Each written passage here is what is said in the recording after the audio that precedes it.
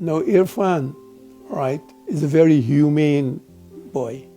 From day one, he has a great love for people. He loves people. And he was always willing to throw out a helping hand to the lesser fortunate. Very sympathetic, you know. And all through his life, growing up, he grew with that. At school, he showed compassion for the students and his colleagues and so who were around him. Lots of compassion. Our relationship has always been excellent. You know, I always encourage him, son, you growing up, you must take your education and always be ready to help. We have a very good relationship from then even until now, right? Even now and then he will come to me and say, Dad, you know what? I think you should do so. You should do this. And so I say, okay, son, fine. You know, and similarly, if I would advise, if I see him doing anything that I feel is not in the best interest of him, I say, look, you know, this is not in the best interest for you.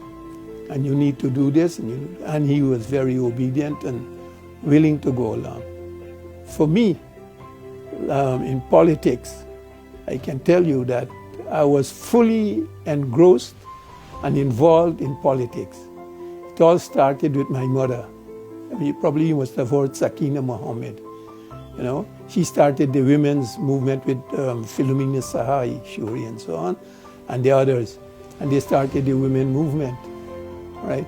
And from then onwards, we felt that, look, we need to give support to her, right? And we must keep going in this line, because this is where she led us, and this is where I think we should keep supporting her and in doing whatever she has to do, you know.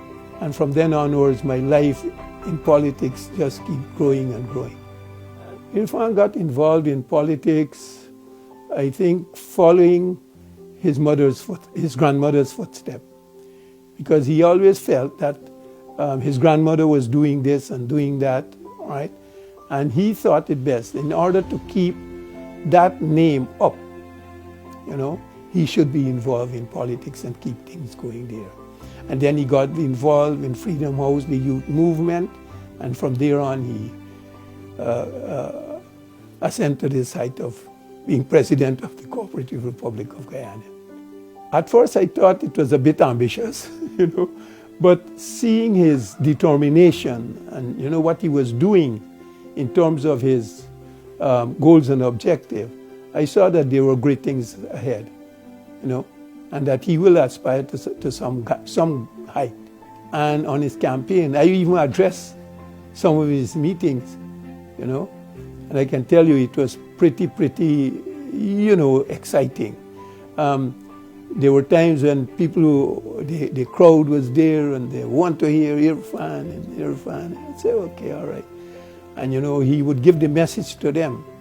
And he would tell them up front that, okay, all this business of wanting Irfaan to be president of this country and so, you know, would not be easy business. It would mean that after achieving that goal, it will warrant the cooperation and support of all of the people of Guyana. It cannot be a one-man show. And he has always been emphasizing that everyone should be involved in the development of this country. This country doesn't belong to any one person. It belongs to all Guyanese. And so all of us together must put our shoulders to the wheel and see the progress and development of this country. I think what will make him stand out as a leader is his compassion for people, for the humankind, and his desire to want to do and to do more for the people of Guyana.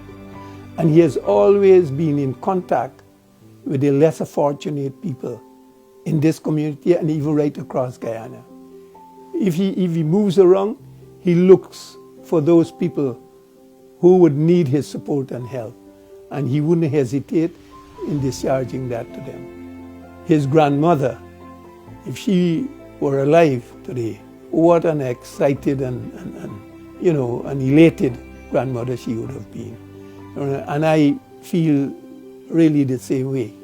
I'm excited, I'm elated, and I'm looking forward towards him delivering on those promises that they have made in their manifesto.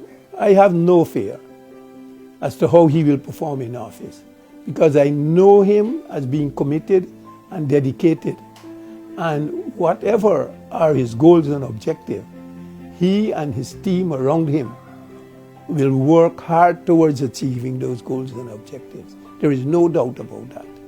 I'm very, very certain that he's going to work in that direction, and he's going to work in that direction right across the length and breadth of this country, serving every single Guyanese.